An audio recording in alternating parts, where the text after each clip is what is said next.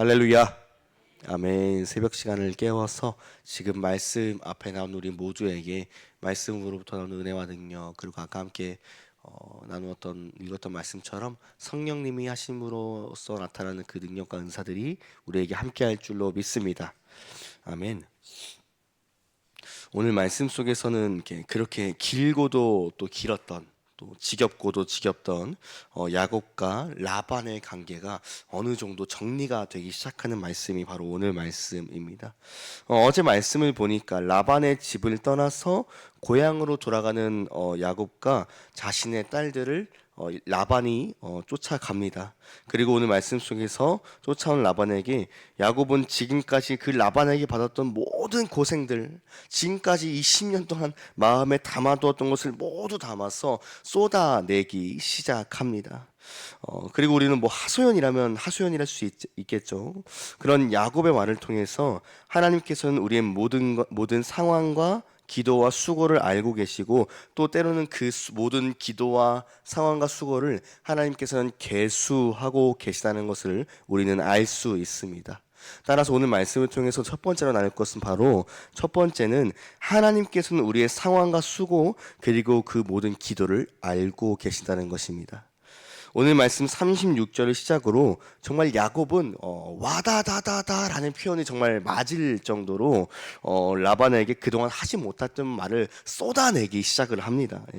우리가 야곱이 뭐라고 했는지 우리 한 번만 더 읽어볼까요? 36절부터 41절까지 야곱의 마음에 정말 어떤 것이 담겨 있었는지, 그 20년 동안 어떤 마음에 담겨 있었는지 우리 한번 야곱의 마음을 생각해 보면서 우리 36절부터 41절까지 한번 함께 읽어보겠습니다. 읽겠습니다. 야곱이 노하여 라반을 책망할세 야곱이 라반에게 대답하여 이르되 내 허물이 무엇이니이까? 무슨 죄가 있게 외삼촌께서 내 뒤를 급히 추격하나이까? 외삼촌께서 내 물건을 다 뒤져보셨으니 외삼촌의 집안 물건 중에 무엇을 찾아내었나이까? 여기 내 형제와 외삼촌의 형제 앞에 그것을 두고 우리 둘 사이에 판단하게 하소서. 내가 이 20년을 외삼촌과 함께 하였거니와 외삼촌의 암양들이나 암양소이 낙태하지 아니하였고, 또 외삼촌의 양떼의 순양을 내가 먹지 아니하였으며, 물려 찢긴 것은 내가 외삼촌에게로 가져가지 아니하고, 낮에 도둑을 맞았든지 밤에 도둑을 맞았든지 외삼촌이 그것을 내 손에서 찾았으므로 내가 스스로 그것을 보충하였으며, 내와 이와 같이 낮에는 더위와 밤에는 추위를 무릅쓰고 눈 불을 겨칠도 없이 지났나이다.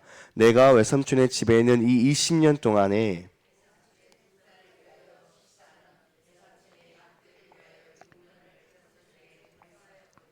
외삼촌께서 내 품상을 10번이나 바꾸셨나이다. 아멘, 아멘, 할렐루야.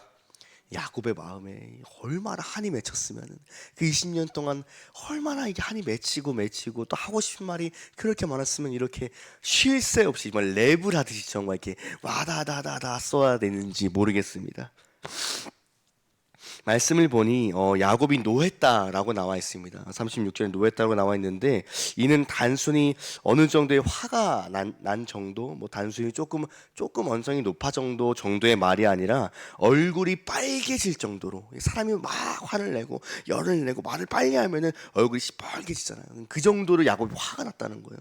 그 정도로 야곱이 이렇게 쏟아내고 있다는 건데, 야곱은 얼굴이 빨개져서 말하는 겁니다. 제가 당신에게 무슨 죄가 있습니까? 도대체 제가 당신에게 무슨 죄가 있고, 나는 20년 동안 당신의 밑에서 일했고, 내가 돌보는 당신의 양과 염소는 낙태하지 않았습니다. 또 저는 삼촌의 양도 건드리지 않았고, 그뿐만 아니라 혹이나 양이나 염소가 짐승에게 물려 죽는다면 그것 또한 제 돈으로 보충하였고, 낮에 도둑을 맞았든 밤에 도둑을 맞았든 무엇이든 삼촌의 뜻에 따르며 삼촌을 위하여서 낮에는 더위와 밤에는 추위를 무릅쓰고 싸웠습니다. 심지어 삼촌은 내 품삯을, 그럼에도 불구하고 내 품삯을 10번이나 임의로 바꿨습니다 라고 야곱은 말을 하고 있습니다.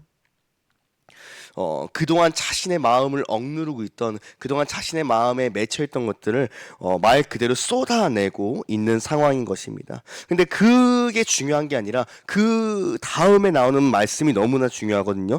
42절을 통해서 그렇게 억울했던 야곱이 얼마나 억울했겠어요. 얼마나 마음속에 맺힌 게 많았겠어요. 그렇게 억울하고 그렇게 힘들었던 야곱이 그럼에도 불구하고 그 삶을 버틸 수 있었던 이유가 그 다음 42절에 나오는데, 우리 42절을 함께 읽어보겠습니다. 41절 읽겠습니다.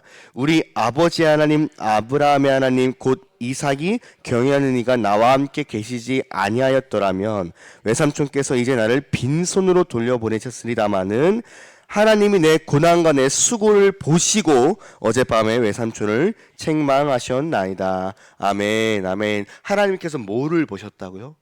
하나님께서 내 고난과 내 수고를 보시고. 라반의 집에서 야곱의 삶은요 분명히 힘들었습니다. 힘들지 않았다고 말할 수 없을 것 같아요. 어떻게 보면 뭐 야곱의 업보다라고 말을 할 수도 있겠지만 분명히 야곱이 라반에게 당했던 일들은 불합리하고 정당하지 않은 일들이었습니다. 하지만 그럼에도 야곱이 그 삶을 버틸 수 있었던 이유, 정말 이 악물고 한 걸음 한 걸음 하루하루 나아갈 수 있었던 이유는 하나님이 자신과 함께함을 믿고 있었기 때문입니다. 하나님께서 자신의 모든 수고와 자신의 모든 고난을 보고 계시고 기억하고 계시고 또 세고 계시다는 것을 믿었기 때문일 줄로 믿습니다. 42절 마지막 부분에서 이렇게 고백했죠. 하나님께서 내 모든 고난과 내 수고를 보시고, 할렐루야. 하나님께서 내 모든 고난과 내 수고를 보시고, 하나님께서는 야곱을 저버리지 않으셨습니다. 하나님께서는 비록 지금은 야곱이 억울하고 야곱이 지금은 고단한 하루하루를 보내고 있지만 그런 야곱의 모든 상황과 모든 수고, 때로는 눈물, 그리고 그 속에서 붙드는 기도를 하나님께서는 분명히 보고 계시고 듣고 계시고, 그리고 야곱의 축복을 더하여 주시는 줄로 믿습니다. 그리고 축복을 더하여 주심으로 내가 다시 너를 집으로 돌아가게 할 거야. 네가 어디를 가든지 너를 지켜줄 것이고 너와 함께 할 것이고 다시 너의 본향으로 돌아가게 할 거야 라는 그 약속을 야곱에게 성취시켜 주신 것입니다. 사랑하는 성도 여러분, 하나님께서는 우리의 모든 수고와 상황, 그리고 때때로는 눈물, 그리고 그 눈물 속에서 피어나는 기도를 지금도 보고 계시고 지금도 듣고 계시는 줄로 믿습니다. 그러면 우리가 하나님 앞에 나아갈 때 하나님께서 비록 지금 내가 혼자 있는 것 같지만 혼자 있지 아니하고 그 하나님께서 내 옆에 함께 계시며 나의 모든 눈물과 설령 나조차 기억하지 못하는 그 기도를 주님께서는 기억하시고 계시다가 하나님께서 생각하시는 그 완전한 타이밍에 이루시는 줄로 믿습니다. 그리고 그 모든 것을 하나님의 선으로 응답해 주시는 줄로 믿습니다. 그렇기 때문에 우리가 그것을 믿기 때문에 하나님께서는 보이지 않는 손길로 오늘도 나와 함께 하시고 나를 완전으로 이끄시는 것을 믿기 때문에 우리가 오늘 하루도 살아가는 것입니다. 우리가 오늘 하루도 비록 지치고 힘들고 견디기 어려울 수 있지만 그럼에도 불구하고 하나님 의지하여서 오늘 하루도 일어나고 하루도 앞으로 나아가는 것입니다. 내가 비록 이름도 없이 빛도 없이 일할지라도 하나님께서는 우리의 모든 기도를 듣고 계십니다. 할렐루야. 아멘. 하나님께서는 우리의 하루를 보고 계십니다. 할렐루야. 아멘. 그리고 우리가 함께 오늘 말씀으로 나눌 두 번째는 바로 하나님께서 우리의 모든 기도와 수고를 듣고 계시고 보고 계시는데 특별히 정직한 자의 수고와 기도를 더욱 들으신다는 것입니다. 정직한 자의 수고와 기도를 더욱 들으신다는 것입니다. 사실 야곱이 라반에서 보낸 시간은 다시는 정말 보내고 싶지 않은 시간이었을 것입니다. 그것은 분명합니다. 이 시간은 하지만 그 시간은 야곱을 오직 하나님의 사람으로 변화시키기에 충분한 시간이었습니다. 야곱의 마음에는 본래 누구보다 시기와 질투가 있었고 누구보다 앞서고 싶은 마음이 가득했던 사람이 바로 이 야곱입니다. 애초에 야곱의 이름의 뜻이 무엇이었죠? 야곱의 이름의 뜻이 뒤꿈치를 잡은 자라는 뜻입니다. 에서와 함께 쌍둥이로 태어났지만 이 뱃속에서부터 형보다 빨리 나가기 위해서 얼마나 급했으면 형의 뒤꿈치를 붙들고 나왔겠어요. 예. 그만큼 야곱은 어떤 사람이었냐면 되게 셈이 빠르고 되게 시기가 많은 그런 사람이었다는 것입니다. 그뿐만 아니라 그 이후에는 거짓말이라고 하기보다는 거의 사기 그게 가까웠죠. 예. 물론 에서가 야곱에게 장자권을 팔아 넘긴 것부터가 잘못되었지만 아버지를 속이고 거짓말로 축복을 받은 것을 그 사건을 통해서 야곱이 어떤 사람이었는지 잘 알 수 있습니다.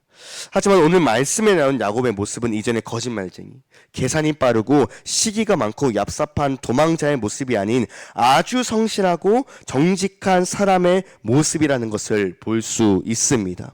오늘 말씀에 나온 야곱의 하소연을 통해서 그것을 알 수 있는데요. 당신의 양이나 염소를 치는 당시에 그 야곱 시대 당시에 양이나 염소를 치는 목자에게 가장 필요한 능력은요, 두 가지였습니다. 두 가지. 첫 번째는요, 자신의 가축을 외부의 위협, 짐승으로부터 보호하는 능력이 첫 번째로 필요했고요. 두 번째로는요, 그 가축을 왕성하게 번식시키는 일입니다. 이 두 가지가 당시의 목자들에게 너무나 필요했던 능력인 것입니다. 야곱은 라반의 집에서 일하면서 이 두 가지의 능력을 입증했습니다. 자신과 함께 해주실 것이라는 하나님의 말씀을 믿고 자신의 고용주 되는 그 삼촌을 끝까지 믿고 끝까지 삼촌 밑에서 일을 했습니다. 정직하게. 예. 라반의 거짓과 악랄함에 야곱도 똑같이 거짓과 악랄함으로 응대한 것이 아니라 오히려 그 정직함으로 대응했던 야곱의 모습을 오늘 말씀 속에서 야곱의 말을 통해서 알 수 있습니다. 우리가 일반적으로 생각하는 정직이란 마음의 거짓이나 꾸밈이었고 바르다, 곱다 라는 것이 우리가 일반적으로 말하는 정직입니다. 그런데 성경에서 말하는 정직은 조금 다릅니다. 앞서 말했던 것처럼 일반적으로 말하는 정직은 단순히 마음의 깨끗함을 말하는 것이라면 성경에서 말하는 정직은 하나님이 함께 해주시며 하나님이 모든 것을 갚아 주실 것이라는 믿음, 또는 하나님이 나를 위해서 일하시고 나를 위해서 싸우실 것이라는 믿음이 성경에서 말하는 정직일 줄로 믿습니다. 그러므로 성경에서 말하는 정직이란 다른 곳에 눈 돌리지 아니하고 오직 정직하게 하나님을 바라보는 그것이 바로 성경에서 말하는 정직일 줄로 믿습니다.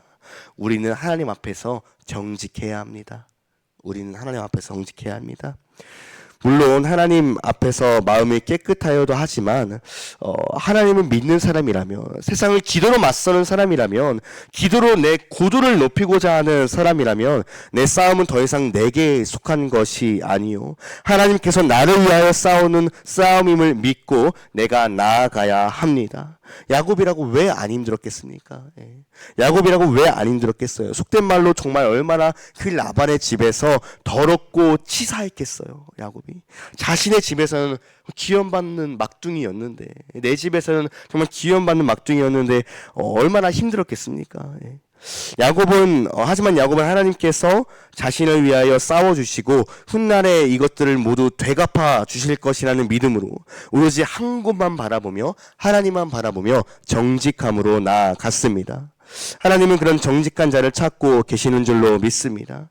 그리고 그런 정직한 자의 믿음과 눈물, 그리고 그 기도에 더욱이 귀를 기울여 주십니다. 세상의 커다란 파도 앞에 어찌할 바를 몰라 길을 잃고 헤매고 있을 때 그저 손을 들고 주를 찬양하며 이 전쟁은 나에게 속한 것이 아니라 나를 위해서 싸워주실, 나와 함께 하실 하나님께 속한 것이다 선포하는 그 자의 기도를 들어주시는 줄로 믿습니다. 아무리 귀한 향유 옥합이라도 깨져야 향이 나잖아요. 아무리 귀한 향유 옥합이라도 밖으로 나와야 그 진가가 발휘되는 것처럼 여기 모인 우리 모두가 하나님만을 의지하고 때로는 내가 깨지고 때로는 내가 뒤엎어질지라도 오히려 하나님께서 나를 위해서 지금 이 시간을 나를 연단하고 나를 정금과 같이 나오게 해 주실 것이라는 그 믿음을 가지고 내가 정직함으로 주님 앞에 나아가는, 주님만 바라보는 우리가 되기를 간절히 바랍니다. 말씀으로 함께 나눌 세 번째는 마지막으로 나눌 세 번째는 내가 정직과 쑥으로 나아갔을 때 하나님의 평화가 임한다는 것입니다. 내가 정직과 쑥으로 나아갔을 때 하나님의 평화가 임한다는 것입니다. 야곱이 말을 하자 하나님께서는 라반의 마음을 누그러뜨리기 시작하십니다. 하나님께서 앞서기 시작하시면 비록 우리의 마음이 때로는 완악하고 때로는 돌 같을지라도 우리의 마음이 새 살과 같이 부드러워질 줄로 믿습니다. 라반은 야곱에게 우리 서로의 약속을 지키기 위하여 표를 세우고 돌기둥을 하나 세우며 그것에 갈리엘이라는 이름을 지었습니다. 그리고 서로 떨어져 볼 수는 없지만 하나님께서 서로를 지켜보고 계시고 우리가 함께한 이 언약을 약속을 지켜보고 계시고 알고 계시다는 것을 기억하자고 말을 합니다. 그리고 나서 며칠 전까지만 해도 죽이겠다며 쫓아오던 추격전은 함께 밥을 먹는 식탁의 교제의 자리로 바뀌었습니다. 이것이 바로 하나님께서 일을 하셨을 때, 하나님께서 임하셨을 때 찾아오는 평화인 것입니다. 하나님의 일하심은 지체함이 없습니다. 할렐루야.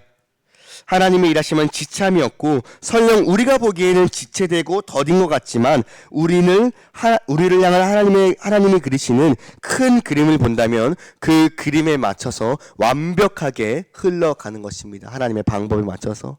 그리고 하나님 보시기에 가장 적절한 때에 가장 완전하고 완벽한 그때에 하나님께서 직접 일하심으로 우리의 문제를 단숨에 해결해 주십니다. 할렐루야. 이사야 32장 말씀에 하나님의 평화가 임했을 때 성령님께서 임하셨을 때 나오는 결과에 대해서 설명하는데 이렇게 쓰여 있거든요. 이사야 32장에 너희가 땅에는 가시와 찔레가 무성할 것이며 쾌락을 누리던 너희들의 집과 성들과 궁전은 폐허가 될 것이다. 그리고 사람이 붐비던 요새도 한적하게 될 것이며 망대가 있는 곳까지 영영 황무지가 될 것이다 라고 나와 있습니다. 그리고 나서 하나님의 영이 그들에게 온다면, 우리에게 온다면 어떻게 바뀌는지 이렇게 써 있거든요. 황무지는 다시 비옥한 땅으로 바뀌며 밭에는 농산물이 풍성할 것이고 온 땅에 정의가 실현될 것이다. 모든 사람들이 옳은 일을 행하고 항상 평화와 안정이 있을 것이다. 원수들은 멸망하고 그 도시는 파괴되지만 하나님의 축복을 받은 백성은 씨를 뿌리는 곳마다 풍성한 결과가 있고 그들의 가축은 푸른 풀을 뜯어 먹을 것이다. 할렐루야. 할렐루야. 이것이 바로 하나님 일하셨을 때 하나님의 평화가 성령님이 우리에게 임했을 때 나타날 능력일 줄로 믿습니다. 그러므로 우리가 정직과 수고로 나아감으로 믿음으로 나아감으로 하나님께서 우리를 위해서 일하심으로 우리 마음 가운데 때로는 더 크게 우리의 가정 가운데 더 크게 우리의 나라 가운데 하나님의 평화가 임할 줄로 믿습니다. 그러므로 그 평화를 맛보기도 하고 그 평화를 느끼기도 하면서 주님 앞에 나아가는 우리가 되기를 간절히 바랍니다. 아멘. 함께